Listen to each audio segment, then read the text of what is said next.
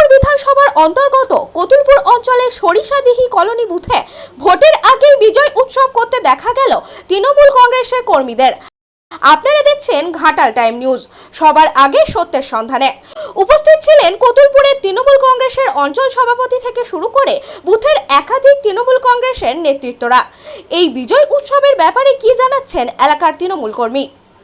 বলছি ভোটের আগে, ভোট হতে দেরি আছে, ভোটের আগে আপনাদের বুথে এই বিজয় উৎসব এর ব্যাপারে কি বলবেন আপনি? দেখুন, একটা ব্যাপার আপনারাও জানেন, বছরে 365 দিন তৃণমূল কংগ্রেস মানুষের সাথে থাকে, পাশে থাকে।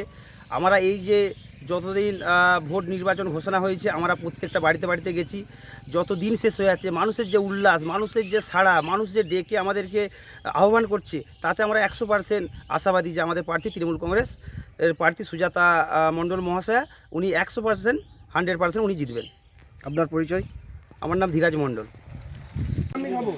বলছি আজ এই শেষ দিনে প্রচারে মানুষের মধ্যে কতটা কি সাড়া পাওয়া যাচ্ছে আর কি ভাবে আজকের দিনটা প্রচার করছে? দারুণ দারুণ। আজকে আমরা একটা বিজয় র্যালি করলাম, কারণ আমাদের প্রার্থী তো জিতে গেছে, 100% জিতে গেছে। তবুও মানুষের উল্লাস দেখে আমরা বাজনা বাজিয়ে র্যালি করলাম। আজ সাধারণ মানুষের উদ্দেশ্যে আজকে শেষ দিনে প্রচার, আগামী দিন শনিবার ভোট, এই উদ্দেশ্য নিয়ে আপনি কি বলতে চান? কি বার্তা পৌঁছাতে চান? উৎসব মানে যেটাকে বলা হয় আমরা বাঙালি পরব, মানুষ সেই পরব উৎসাহেতে এসে ভোট দেবে, দিদিকে জয় করে, এটা ছাড়া আর কিছু। আপনার নাম? আমার নাম জাকির।